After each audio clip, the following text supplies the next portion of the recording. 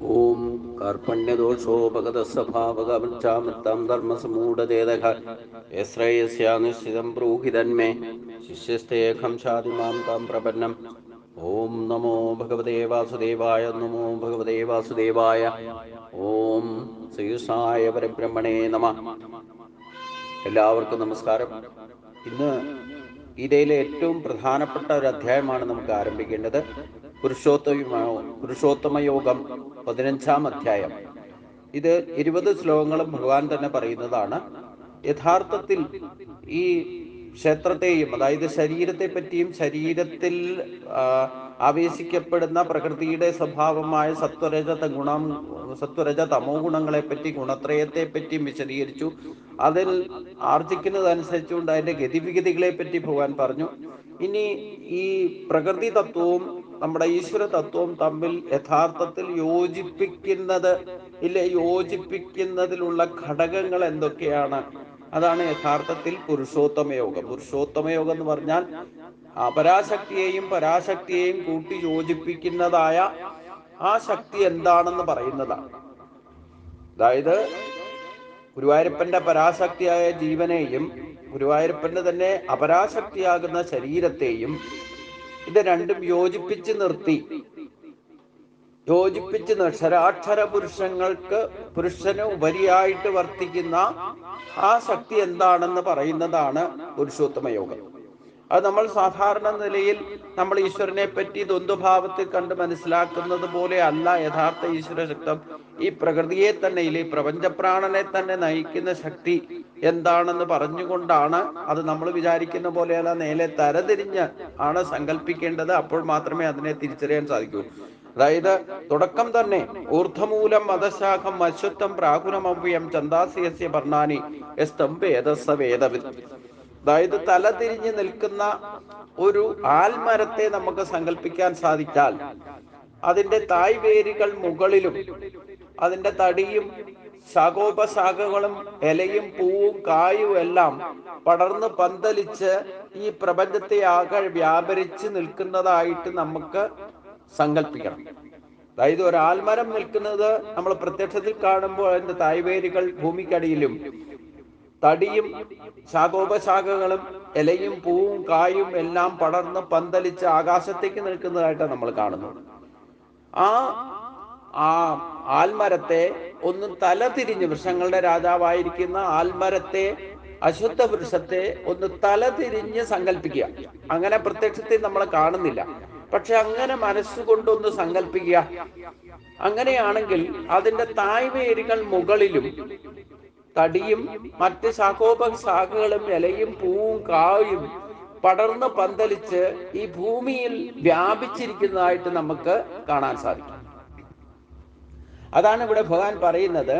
മുകളിലേക്ക് വേരുകളും താഴേക്ക് ശാഖകളും ഉള്ളതും നാശമില്ലാത്തതുമായ അരയാൽ വൃക്ഷത്തെ പറ്റി ജ്ഞാനികൾ പ്രസ്താവിക്കുന്നത് ഇപ്രകാരമാണ്: അതിന്റെ ഇലകൾ വേദങ്ങളാകുന്നു. യാതൊരുവൻ അതിനെ അറിയുന്നുവോ അവൻ വേദജ്ഞനാകും. സംസാരത്തെ വ്യക്തമായി രൂപണം ചെയ്യുന്നതിന് ധർമ്മശാസ്ത്ര ഗ്രന്ഥത്തിൽ പലയിടത്തും കാണാം. കഠോപനിഷത്തിലെ ഒരു മന്ത്രം തന്നെയാണ് ഈ ശ്ലോകം എന്ന് എടുത്തു പറയുന്നു.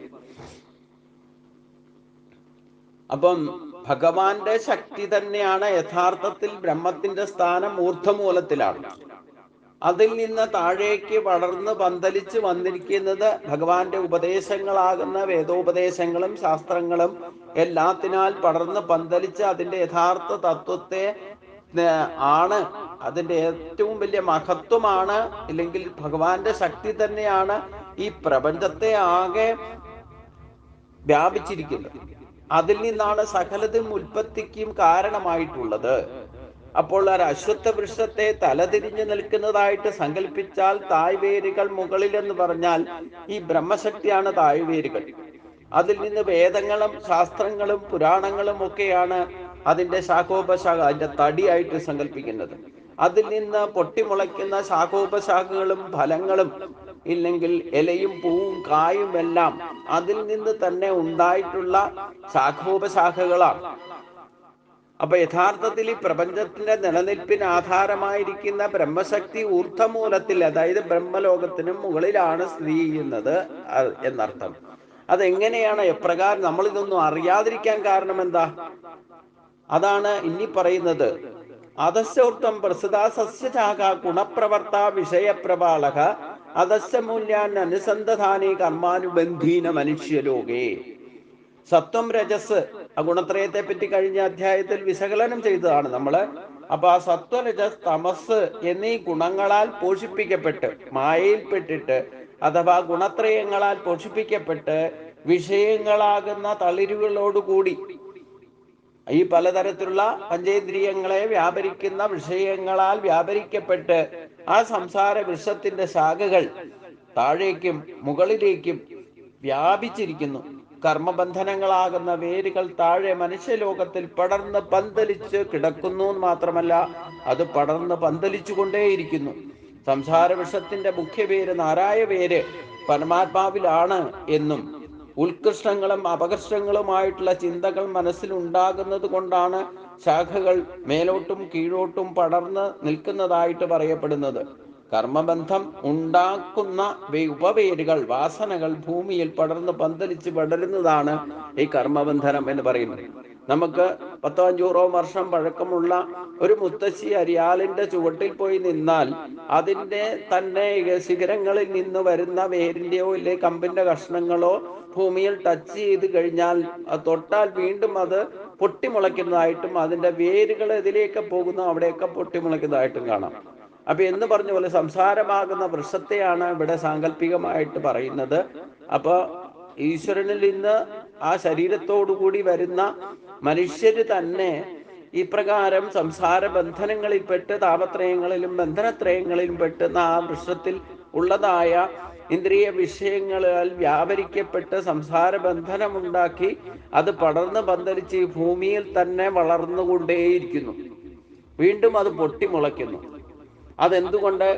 നമ്മൾ സഞ്ചിതമായിരിക്കുന്ന കർമ്മവാസനകളാൽ ഈ ഭൂമിയിലേക്ക് വന്ന ഊർധ്വമൂലത്തിൽ നിന്ന് ഓരോ ജന്മത്തിലും നമ്മൾ ഊർധ്വമൂലത്തിലേക്ക് പോവുകയും അവിടുന്ന് ആണ് തിരിച്ച് ഈ ഭൂമിയിൽ വന്ന് ജനിക്കുന്നത് എന്ന് പറഞ്ഞു.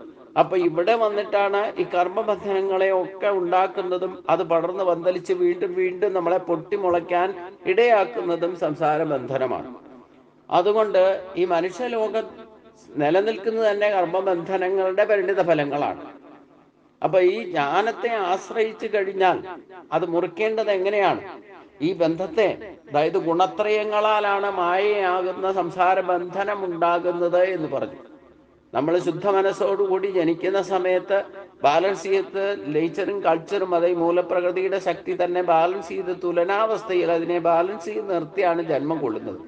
പിന്നെ ഇന്ദ്രിയ വിഷയങ്ങളാണ് കണ്ടതിൻ്റെയും കേട്ടതിൻ്റെയും പിന്നാലെയൊക്കെ നമ്മുടെ ആഗ്രഹങ്ങളും അതനുസരിച്ചുകൊണ്ട് രജതമോ ഗുണങ്ങളിൽ പെട്ടുകൊണ്ട് അതിന് വശംബരതായിക്കൊണ്ട് നമ്മൾ എന്താണോ ഇച്ഛിക്കുന്നത്, ഓരോരുത്തരും ഇച്ഛിക്കുന്നത് അനുസരിച്ചുകൊണ്ടുള്ള ആ കർമ്മങ്ങളിൽ മുഴുകും.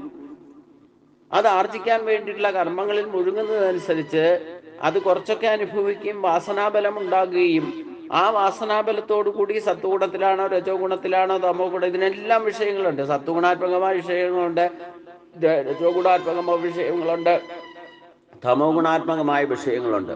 അപ്പൊ ഈ വിഷയങ്ങൾ ഏതേത് വിഷയങ്ങളിൽ വ്യാപരിക്കുന്നുവോ അത് തന്നെ കർമ്മബന്ധനായിട്ട് മാറിയിട്ട് അത് വാസനാബലത്താൽ വീണ്ടും വീണ്ടും ജനിക്കാനിടവരും.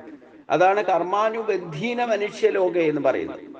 അപ്പൊ ഈ മനുഷ്യലോകത്തിൽ നമ്മൾ മനുഷ്യനായിട്ടുള്ളവർ വിശേഷബുദ്ധി ഉണ്ടായാലും ഇത്തരത്തിലുള്ള വിഷയങ്ങളിൽ വ്യാപരിക്കപ്പെട്ടാൽ, പഞ്ചേന്ദ്രിയ വിഷയങ്ങളിൽ ഏതിലും നമുക്ക് ഈ ഗുണപ്രഭാവത്താൽ ഉണ്ടാകുന്ന വിഷയ അറ്റാച്ച്മെന്റ് അല്ലെ മമതാബന്ധം കൊണ്ട് അതിൽ നിന്ന് വാസനാബലവും കർമ്മങ്ങളും ഉത്പന്നമാകുന്ന അതിൽ നിന്നാണ്. അല്ലാതെ ഈശ്വരനായിട്ട് ഒരു കർമ്മങ്ങളെ സൃഷ്ടിക്കുന്നില്ല. പക്ഷെ ഈശ്വരൻ സൃഷ്ടിച്ചിട്ടുള്ള ഈ മായാബന്ധത്തിൽ പെട്ടുകൊണ്ട് എല്ലാവരും മനുഷ്യലോകത്തിൽ ആ കർമ്മബന്ധനങ്ങളിൽ പെട്ട് സംസാര ബന്ധനം തന്നെ കാരണമായിക്കൊണ്ട് വീണ്ടും വീണ്ടും പൊട്ടിമുളയ്ക്കാൻ അഥവാ വീണ്ടും വീണ്ടും ജനിക്കാൻ ഇടവരുന്നുണ്ട് എന്നാണ് ഇവിടെ തുടക്കത്തിൽ തന്നെ ഭഗവാൻ പറയുന്നത്. ഇനി ആ കർമ്മബന്ധനങ്ങൾ ഇല്ലാതെയാക്കണമെങ്കിൽ, ഇതിനു മുമ്പും പറഞ്ഞു മായയെ ജയിക്കണം. മായയെ ജയിക്കാതെ, അതായത് ഭക്തിയുടെ യഥാർത്ഥ ലക്ഷ്യം ശാന്തിയും സമാധാനവുമാണെങ്കിൽ എപ്പോഴാണോ നമുക്ക് ശുദ്ധി വരുന്നത്, അതായത് കർമ്മബന്ധനമില്ലാത്ത മനഃശുദ്ധി സാങ്കല്പികമായിട്ട് നമുക്ക് അനുഭവിക്കാൻ സാധിക്കുന്നത് അപ്പോൾ മാത്രമേ ഈ ബന്ധനമില്ലാതെ വരൂ. ഭക്തിയുടെ യഥാർത്ഥ ലക്ഷ്യം മനഃശുദ്ധിയാണ്. മനഃശുദ്ധി ഉണ്ടായില്ലെങ്കിൽ നമ്മൾ ഈ വിഷയങ്ങളിൽ ബന്ധം ഉണ്ടാക്കും, അതിന് പിന്നാലെ പോകും. ഇനി സത്വഗുണം വർദ്ധിപ്പിക്കാൻ ശ്രമിച്ചാലും അതിലുമുണ്ട് ബന്ധനം. അതും ബന്ധനമുക്തമാണെന്ന് പറയാൻ പറ്റില്ല. അതിനെ കൂടെ ജയിക്കണം. അതായത് ഭക്തിമാർഗത്തിൽ സഞ്ചരിക്കുന്ന ഈ നമ്മുടെ ഭക്തിമാർഗത്തിൽ സത്സംഗം സജ്ജനങ്ങൾ എന്ന് പറയുന്നവർക്ക് പോലും ആധ്യാത്മികമായിട്ടുള്ള ആ സാക്ഷാത്കാരം നേടുന്നത് വരെ അതിനു വേണ്ടിയിട്ടുള്ള പ്രയത്നങ്ങളൊക്കെ ബന്ധനമായിട്ട് വരും. അപ്പൊ അതിനെയും കൂടെ ജയിക്കണം എന്നർത്ഥം. അതിനെയും കൂടി അതിരിക്കാൻ വെക്കണം.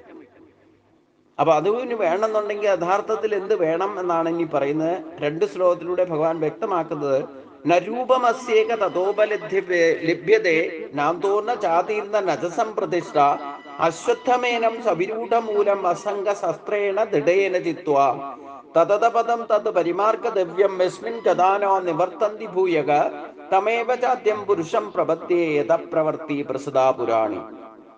അതിന് ആ സംസാര ബന്ധനമാകുന്ന വൃക്ഷത്തിന്റെ രൂപം അപ്രകാരം കാണപ്പെടുന്നില്ല, മേൽപ്പറഞ്ഞ പ്രകാരം കാണപ്പെടുന്നില്ല. അതിന്റെ ഉൽപ്പത്തിയും നാശവും സ്ഥിതിയും അറിയപ്പെടുന്നുമില്ല. അതാണ് ഏറ്റവും വലിയ അജ്ഞത. വളരെ ഉറപ്പായി വേരൂന്നി നിൽക്കുന്ന ഈ അരയാലിനെ ദൃഢവൈരാഗ്യമാകുന്ന മഴുകൊണ്ട് വെട്ടിമുറച്ചിട്ട്, അതായത് വിഷയങ്ങളുള്ള വ്യാപരത്വമാണ് കർമ്മങ്ങളെ സൃഷ്ടിക്കുന്നതും കർമ്മവാസനയുണ്ടാക്കുന്നതും അത് തന്നെയാണ് സംസാര ബന്ധനത്തിന് കാരണമായി ഭവിക്കുന്നത്. അതുകൊണ്ട് ഈ വിഷയങ്ങളിലേക്കുള്ള വ്യാപരണത്തിൽ വിരക്തി ഉണ്ടാകും. പഞ്ചേന്ദ്രിയങ്ങൾ കണ്ടതിൻ്റെയും കേട്ടതിൻ്റെയും പിന്നാലെ പരക്കം പായുന്ന ഒരു സ്വഭാവത്തിൽ വിരക്തി ഉണ്ടാകുക എന്ന് പറഞ്ഞാൽ ആ കണ്ട ചാടി എഴുന്നേറ്റ് പുറപ്പെട്ട് അതിൻ്റെ പിന്നാലെ കർമ്മത്തിന് വേണ്ടി അത് ആർജിക്കാൻ വേണ്ടിയിട്ടുള്ള പ്രവർത്തനങ്ങളിൽ പെട്ടെന്ന് വ്യാപരിക്കരുത് എന്നർത്ഥം. അതിനെ കുറേശ്ശെ നിയന്ത്രിക്കലാണ് വൈരാഗ്യം എന്ന് പറയുന്നത്. അപ്പൊ അതുകൊണ്ട് ഉൽപ്പത്തിയും നാശവും സ്ഥിതിയും യഥാർത്ഥത്തിൽ അറിയപ്പെടാത്തത് കൊണ്ടാണ് നമ്മൾ അറിയാതെ ജനിക്കുമ്പോൾ തൊട്ട് കരച്ചിൽ തുടങ്ങും. പിന്നെ കണ്ടതിൻ്റെയും കേട്ടതിൻ്റെയും പിന്നാലെ പരക്കം പായുന്നതില്ലേ അത് ആർജിക്കാൻ വേണ്ടിയിട്ടുള്ള പ്രവർത്തനങ്ങൾ തുടങ്ങും. ഒരു കുട്ടി തന്നെ കരച്ചിൽ തുടങ്ങി, ആ കരച്ചിൽ മാറ്റുന്ന എപ്പോഴാണ് പാല് കൊടുത്തിട്ടാ. അപ്പൊ ആ പാലിന് വിഷയ ബന്ധം ഉണ്ടായി. പിന്നെ അത് കഴിഞ്ഞാൽ പിന്നെ എന്തൊക്കെ കാണുന്നോ കേൾക്കുന്നുവോ അത് എത്രയെത്ര ബുദ്ധിയിലും ശരീരത്തിലും മാനസിക ഇന്ദ്രിയ മനോബുദ്ധികളിലും ഉണ്ടാകുന്ന വളർച്ചയ്ക്കനുസരിച്ചുകൊണ്ട് അതാത് വിഷയങ്ങളെ തിരിച്ചറിയുകയും അതിലേക്ക് മനസ്സിനെ വ്യാപരിപ്പിക്കുകയും പിന്നെ അതുമായിട്ട് ബന്ധമുണ്ടാക്കുകയും അത് കിട്ടാതെ വന്നു കഴിഞ്ഞാൽ ദുഃഖിക്കാൻ ഇടവരികയും ഒക്കെ ചെയ്യുന്ന അവിടെയാണ് കർമ്മത്തിന്റെ സൃഷ്ടി ആരംഭിക്കുക എന്നർത്ഥം. അപ്പൊ അതുകൊണ്ട് നടക്കാത്ത കുട്ടി പോലും നടക്കാൻ വേണ്ടിയിട്ട് നമ്മളെ അതിന് ഇഷ്ടമുള്ള വസ്തു ദൂരെ എടുത്ത് മാറ്റി വെച്ചാൽ അത് തന്നെ ശരീരം ചലിപ്പിച്ച് അങ്ങോട്ട് എത്താൻ പ്രാക്ടീസ് ചെയ്യും. അപ്പൊ അതുമായിട്ട് ബന്ധാവും. പിന്നെ അത് ഇല്ലാതെ പറ്റില്ല എന്ന് പറയും. അത് കുറച്ച് മടുപ്പ് വന്നു കഴിഞ്ഞാൽ പിന്നെ അടുത്തത് അന്വേഷിക്കും.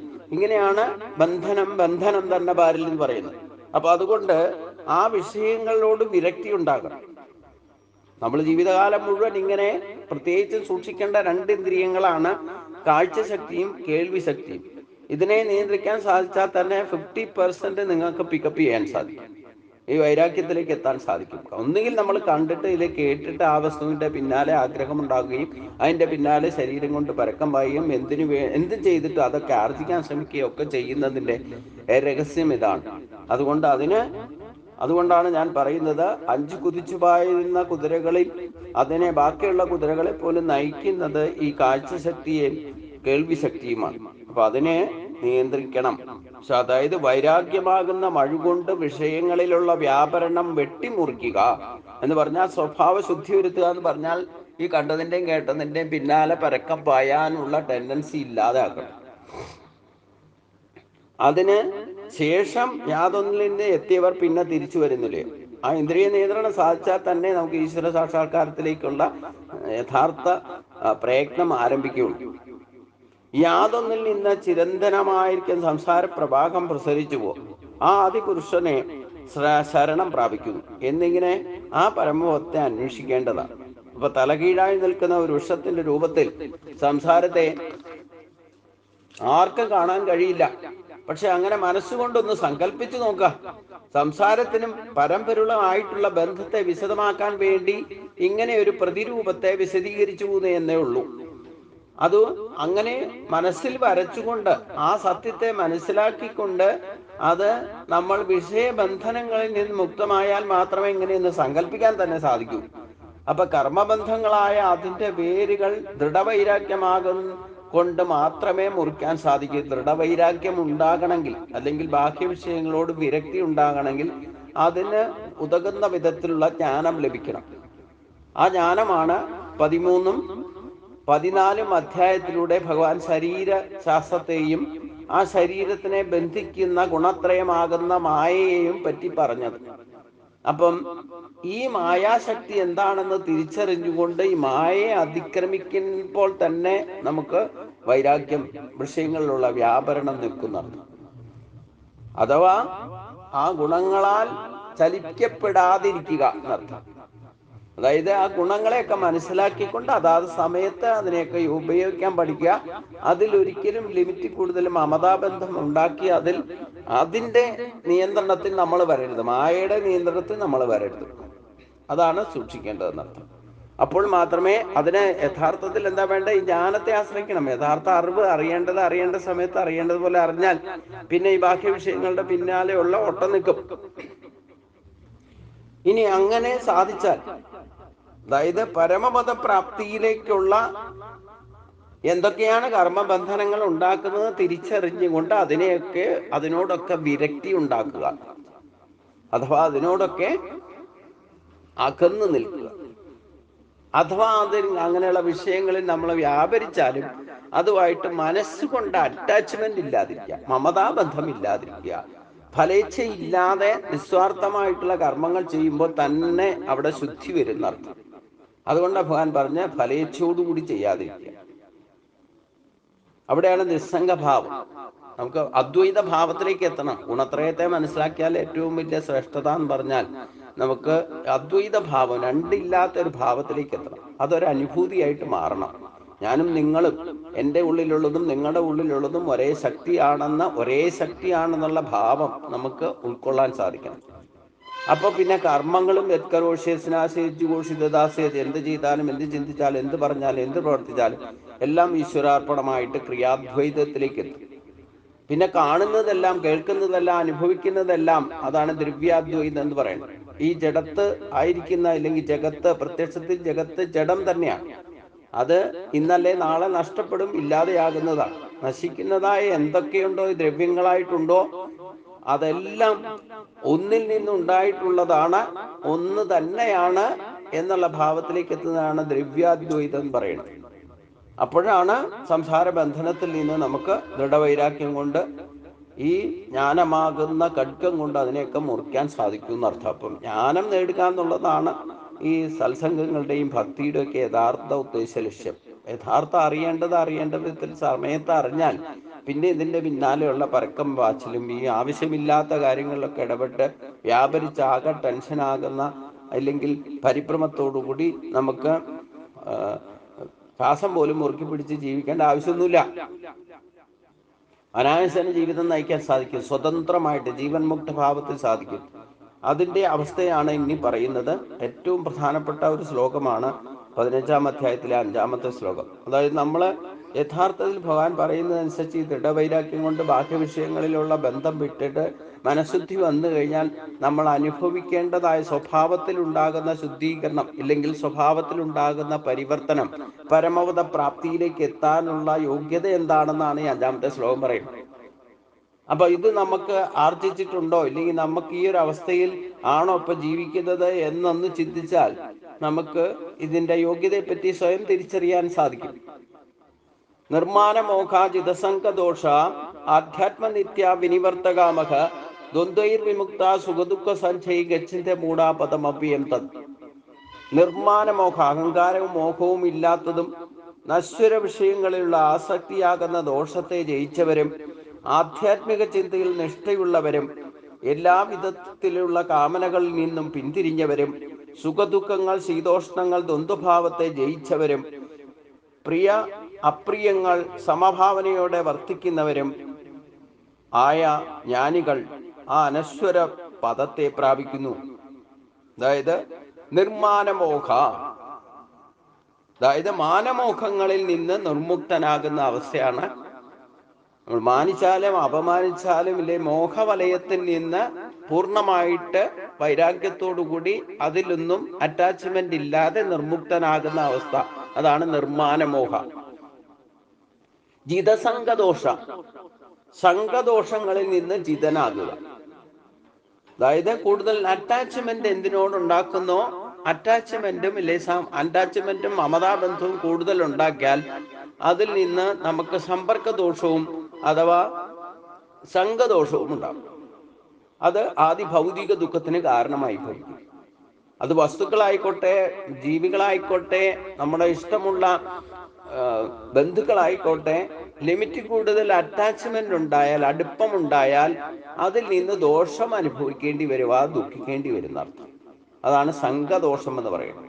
അപ്പൊ ജലം ഇല്ലാതെ ജീവിക്കാൻ പറ്റില്ല. അപ്പൊ ജലവുമായിട്ട് കൂടുതൽ ലിമിറ്റ് കൂടുതൽ നമുക്ക് കൺട്രോൾ ഇല്ലാതെ അറ്റാച്ച്മെന്റ് ഉണ്ടായാൽ അതിൽ നിന്ന് ജലദോഷം ഉണ്ടാവും. ഇങ്ങനെ ഇഷ്ടമുള്ള ഭക്ഷണമാണെന്ന് വിചാരിച്ചിട്ട് മൂക്കുമുട്ട കഴിച്ചാൽ അതിൽ നിന്ന് ദോഷമുണ്ടാകും. ഇങ്ങനെ ഏതേത് കാര്യങ്ങൾ ചെയ്യുന്നോ, കർമ്മങ്ങളായിക്കോട്ടെ, കർമ്മബന്ധനങ്ങളായിക്കോട്ടെ, അതിനുപയോഗിക്കുന്ന ദ്രവ്യങ്ങളായിക്കോട്ടെ, ഇതിലെല്ലാം ലിമിറ്റ് കൂടുതൽ, നമ്മുടെ ഭാവത്തിൽ പോലും ലിമിറ്റ് കൂടുതൽ അറ്റാച്ച്മെന്റ് എന്തിനോടെങ്കിലും ഉണ്ടായാൽ ഭാവിയിൽ അത് നമുക്ക് ദോഷം ചെയ്യും. ആ ദോഷഫലത്തിൽ നിന്ന് ജിതനാകുക, അതാണ് ജിതസംഘദോഷ. ആരാണ് സംഘദോഷത്തിൽ നിന്ന് ജിതനാകുന്നത് അഥവാ ജയിക്കുന്നത്? പിന്നെ ആധ്യാത്മിക നിത്യ, ആധ്യാത്മ നിത്യ എന്ന് പറഞ്ഞാൽ ഈ ശാസ്ത്രം, ഗീത പോലുള്ള ശാസ്ത്രങ്ങൾ പഠിച്ചിട്ട് അതനുസരിച്ചുകൊണ്ട് ചിന്തയും വാക്കും ക്രോഡീകരിച്ചുകൊണ്ട് ജീവിതത്തെ നയിക്കുന്നവനെയാണ് ആധ്യാത്മിക നിത്യനായിട്ടിരിക്കുക എന്ന് പറയുന്നത്. അതായത് ഈ മനുഷ്യലോകത്തിന്റെ തന്നെ അടിത്തറ ഉറപ്പിച്ചിരിക്കുന്ന ആധ്യാത്മികതയിലാണ്, ആത്മീയതയിലാണെന്നർത്ഥം. അപ്പൊ അതുകൊണ്ട് ആ വിദ്യയിൽ നിത്യയുക്തമായിട്ട് നിൽക്കണം. അപ്പൊ നമ്മളിപ്പോ ഗീത പഠിച്ചാൽ ആ ഗീതയിൽ പറയുന്ന കാര്യങ്ങളെപ്പറ്റി നിരന്തരം ചിന്തിച്ച് അതനുസരിച്ച് കൊണ്ട് ചിന്തിക്കാനും പറയാനും പ്രവർത്തിക്കാനും, നമ്മൾ ഭൗതികമായിട്ട് ഏതേത് കർമ്മങ്ങളിൽ വ്യാപരിച്ചാലും അവിടെയൊക്കെ ഗീതയുടെ തത്വങ്ങളെ നമുക്ക് അഡോപ്റ്റ് ചെയ്യാൻ സാധിക്കണം. അതാണ് ആധ്യാത്മികൽ നിത്യനായിരിക്കാന്ന് പറയുന്നത്. നിത്യനൈമിത്യ കർമ്മങ്ങൾ ചെയ്യുന്നതിലും, അടുക്കളയിൽ പോയി ജോലി ചെയ്താലും, ഏതേത് കർമ്മ മേഖലകളിൽ നമ്മൾ പ്രവർത്തിച്ചാലും അവിടെയൊക്കെ ഗീതാതത്വങ്ങൾ അനുസരിച്ചുകൊണ്ട് ചിന്തിക്കാനും അതനുസരിച്ചുകൊണ്ട് പറയാനും അതനുസരിച്ചുകൊണ്ട് പ്രവർത്തിക്കാനും സാധിക്കുന്ന അവസ്ഥയ്ക്കാണ് ആധ്യാത്മികൽ നിത്യനായിരിക്കുക. ഇപ്പൊ നിർമ്മാണമോഹനാകണമെങ്കിലും സംഘദോഷങ്ങളിൽ നിന്ന് ജയിക്കണമെങ്കിലും ആധ്യാത്മികൽ നിത്യനായിട്ട് നിൽക്കണം. വല്ലപ്പോഴും ഒരിക്കൽ ചെയ്യുന്ന ചടങ്ങെന്നുള്ള നിലയിൽ ഈ ഗീതാധ്യാനമായിക്കോട്ടെ, ഭാഗവതമായിക്കോട്ടെ, എന്തെന്ത് നമ്മളെ ഭക്തി മാർഗത്തിലേക്ക് മാർഗദർശനം നൽകുന്ന ശാസ്ത്രങ്ങളോ പുരാണങ്ങളോ വേദങ്ങളോ ഒക്കെ പഠിച്ചാലും, ആ വേദാന്തം പഠിച്ചാലും വേണ്ടില്ല, ഇതിൽ നിത്യനായിട്ട് നിൽക്കാൻ അതിന്റെ എസൻസ് എന്താണെന്ന് മനസ്സിലാക്കിക്കൊണ്ട് നിത്യയുക്തമായിട്ട് ജീവിതം നയിക്കാൻ സാധിക്കുക എന്ന് പറഞ്ഞാൽ അത് എപ്പോഴും ഓർമ്മ വയ്ക്കണം. അന്യനിമിഷം ആ ഒരു ബേസിക്കലായിരിക്കണം നമ്മൾ ഓരോ ചലനങ്ങളെയും നിയന്ത്രിക്കേണ്ടത് എന്നർത്ഥം. അതിനെ ആധ്യാത്മിക നിത്യനാകുക എന്ന് പറയുന്നത്. അതായത് നമ്മൾ ഗീതാശാസ്ത്രമോ ഭാഗവതമോ ഒക്കെ പഠിച്ചാൽ അതിന്റെ താത്വികമായ ബോധത്തെ ഉൾക്കൊണ്ടുകൊണ്ട് അതിൽ പറയുന്ന കാര്യങ്ങൾ നിത്യജീവിതത്തിൽ നമുക്ക് ഉപയോഗപ്രദമാകുമ്പോഴാണ് ആധ്യാത്മികം നമ്മൾ നിത്യനാകുക. ഇല്ലെങ്കിൽ ഒരു ചടങ്ങുള്ള നിലയിൽ ഇതൊക്കെ ദിവസവും പാരായണം ചെയ്യും, വിഷ്ണു സഹസ്രനാമം ജയിക്കും, അമ്പലത്തിൽ പോവും, ഇതെല്ലാം പറഞ്ഞിട്ട് ഒരു കാര്യമില്ല. ഇതൊക്കെ ഞാൻ ചെയ്യുമെന്ന് പറഞ്ഞിട്ട് ഒരു കാര്യമില്ല. പക്ഷേ അത് പ്രായോഗിക തലത്തിൽ എത്തിക്കുമ്പോഴാണ് നിങ്ങൾ അതിൽ നിത്യനായിട്ട് വർത്തിക്കുന്നു എന്ന് പറഞ്ഞ അവസ്ഥ ഉണ്ടാവും. അപ്പോൾ മാത്രമേ വിനിവർത്തകാമനാവൂ. അതായത് കണ്ടതിൻ്റെയും കേട്ടതിൻ്റെയും പിന്നാലെ പരക്കം പായുന്ന ഒരു സ്വഭാവവും അതിൽ ആഗ്രഹം ജനിക്കുകയും ഉണ്ടാകുന്ന അവസ്ഥയ്ക്കാണ്. ഇല്ലെങ്കിൽ എന്തെങ്കിലും കണ്ടിട്ടോ കേട്ടിട്ടോ മറ്റാരെങ്കിലും പറഞ്ഞിട്ടോ കാഴ്ചകളിൽ നിന്നോ ഈവൻ ഒരു ടി-വിയിലെ പരസ്യം കണ്ടിട്ടാണെങ്കിലും നമുക്ക് ഇന്നത് വേണമെന്ന് തോന്നുക, അതിൻ്റെ പിന്നാലെ പരക്കം പായുന്ന സ്വഭാവത്തിൽ നിന്ന് നിവർത്തനാകുന്നതിനെയാണ് വിനിവർത്തകാമക എന്ന് പറയുന്നത്. ആഗ്രഹങ്ങളിൽ നിന്ന് മുക്തനാകുക. എത്രമാത്രം ആശ ഉണ്ടാകുന്നോ അത്രയും നിരാശകൾ ഉണ്ടായിക്കൊണ്ടിരിക്കും, കർമ്മബന്ധനങ്ങൾ ഉണ്ടായിക്കൊണ്ടിരിക്കും, അതിൽ നിന്ന് വാസനാബലം ഉണ്ടാകും. അതുകൊണ്ട് ഈ ആഗ്രഹങ്ങളിൽ നിന്ന് നിവർത്തനാകണം.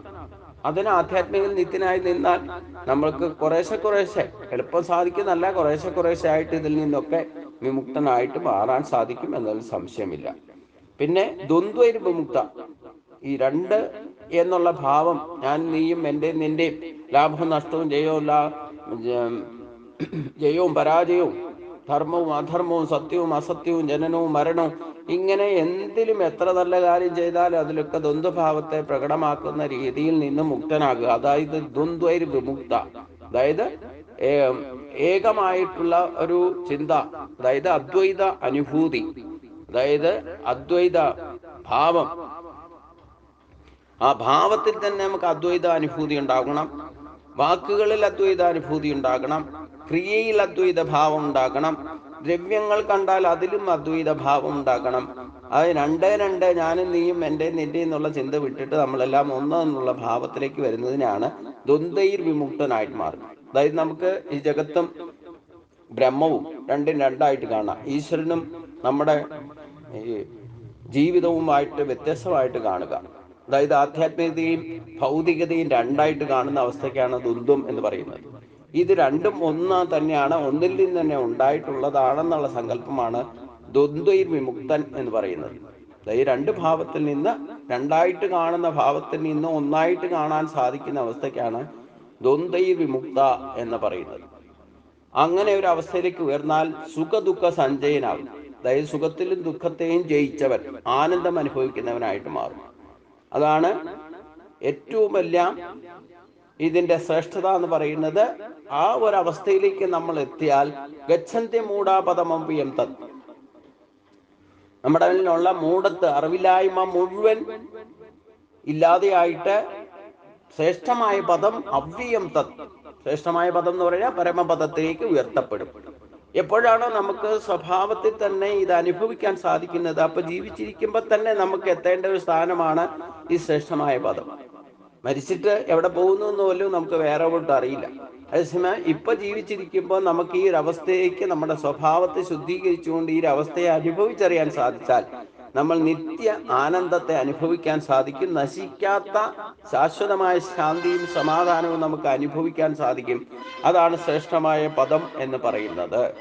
അപ്പം പരമപദം എന്ന് പറയുന്നത്, ഇല്ലെങ്കിൽ അനായാസന ജീവിതം നയിക്കാൻ സ്വയം നമുക്ക് സാധിച്ചാൽ, സുഖദുഃഖങ്ങൾ ഉണ്ടായിക്കോട്ടെ, ദ്വന്ദ്ഭാവങ്ങളും എന്ത് തന്നെ ഉണ്ടായാലും അവിടെയൊക്കെ സമചിത്തതയോടെ നമുക്ക് ജീവിതം നയിക്കാൻ സാധിച്ചാൽ, സ്വയം ബുദ്ധിമുട്ടാതെ, മറ്റൊരാളെ ബുദ്ധിമുട്ടിക്കാതെ, തൻ്റെ ഇഷ്ടങ്ങളെ ത്യജിച്ച് മറ്റുള്ളവരുടെ ഇഷ്ടങ്ങൾക്കനുസരിച്ചുകൊണ്ട് തൻ്റെ ജീവിതത്തെ നയിക്കാൻ സാധിച്ചാൽ, അവനവൻ ആത്മസുഖത്തിനായി ചെയ്യുന്ന കർമ്മങ്ങൾ അപരനു കൂടി ആത്മസുഖത്തെ ലഭിക്കുന്നതാകയാൽ, അത് ആ ഒരു സത്യത്തെ മനസ്സിലാക്കിക്കൊണ്ട് ജീവിതം നയിക്കാൻ സാധിച്ചാൽ നമ്മൾ പരമപദത്തിലാണ്, ജീവൻ മുക്തനാണ് എന്ന് നമുക്ക് ഉറപ്പിച്ച് മനസ്സിലാക്കാൻ സാധിക്കുന്ന കാര്യം. ഇതാരെയും ബോധ്യപ്പെടുത്തേണ്ടതല്ല, ആരെയും വിശ്വസിപ്പിക്കേണ്ടതല്ല, അവരവർക്ക് ബോധ്യം വരേണ്ടതാണ്. ജീവിച്ചിരിക്കുമ്പോൾ ഈ ഒരു പദത്തിലേക്ക് ഉയരാനുള്ള ഉപാധികളൊക്കെ ഇതിനു മുമ്പ് ഭഗവാൻ മാർഗദർശനം നൽകിക്കഴിഞ്ഞു. ഇതുകൊണ്ട് ഒരു ശ്ലോകത്തിലൂടെ നമ്മൾ ആർജിക്കേണ്ട സ്വഭാവ ശുദ്ധീകരണമാണ് ഇവിടെ പറഞ്ഞത്. അതായത് 5 ജ്ഞാനേന്ദ്രിയങ്ങളെ നിയന്ത്രിച്ച്, അഷ്ടവികാരങ്ങളെ നിയന്ത്രിച്ച്, സത്വരജ തമോ ഗുണങ്ങളെ ജയിച്ചാൽ ഇവിടെ അജ്ഞതയുടെ ഗച്ഛന്ത്യ മൂഢാപദമവ്യം തത് എന്ന പദത്തിലേക്ക് നമ്മൾ ഉയരും.